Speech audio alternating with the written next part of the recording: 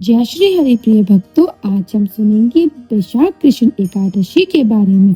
एक बार धर्मराज युधिष्ठिर बोले, हे भगवान, मैं आपको नमस्कार करता हूँ। आपने चैत मास की शुक्ल पक्ष की एकादशी के बारे में मुझे बताया है। अब कृपा करके मुझे वैशाख कृष्ण पक्ष की एकादशी के बारे में बताइए। भगवान श्री कृष्ण ने कहा, हे राजेश्वर, वैशाख मास की कृष्ण पक्ष की एकादशी को बरुथनी एकादशी के नाम से जाना जाता है। ये सौभाग्य देने वाली है और सभी पापों का नाश करने वाली है तथा अंत में ये एकादशी मोक्ष प्रदान करती है। इस महात्म को कथा को मैं तुमसे कहता हूँ, तुम ध्यान पूर्वक सुनो। प्राचीन काल में नर्मदा नदी के तट पर एक मंधाता नामक राजा राज करता था। वह अत्यंत दानशील तथा तपस्वी था। एक दिन वह राजा जंगल में तपस्या कर रहा था कि तभी उसी समय ना जाने कहां से एक भालू आ गया और वो राजा के पैर को चबाने लगा।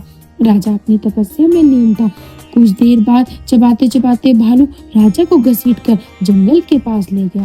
राजा बहुत घबराया, लेकिन उसने हिंसा नहीं की और भगवान विष्णु से प्रार्थना की। करुणा भगवान से भगवान विष्णु को पुकारा। उसकी पुकार सुनकर भगवान श्री हरि विष्णु प्रकट हुए और उन्होंने चक्कर से भालू को मार डाला।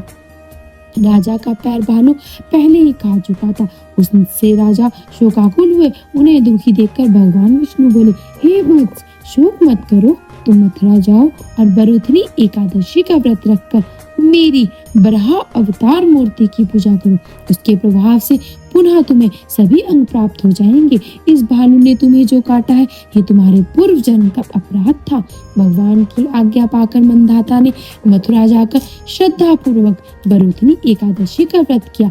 उसके प्रभाव से राजा शीघ्र ही सुंदर और संपूर्ण अंगों वाला हो गया।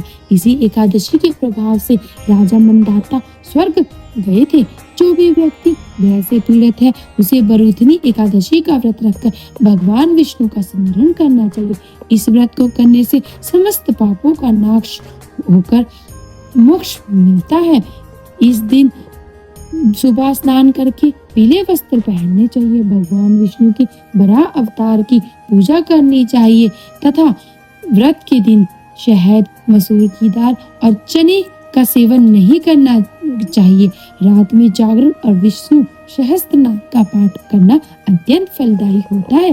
बरुथनी एकादशी का व्रत करने से सभी पापों का नाश होता है। अन्नदान और कन्यादान से भी अधिक पुण्य मिलता है और अंत में मोक्ष की प्राप्ति होती है। तो भक्तों, ये थी बरुथनी एकादशी की पावन कथा। अगर आप भी जीवन में सुख, समृद्धि और पापों से मुक्ति चाहते हैं तो इस व्रत को अवश्य करें और वीडियो पसंद आए तो लाइक और कमेंट में जय श्री हरि लिखना ना भूलें।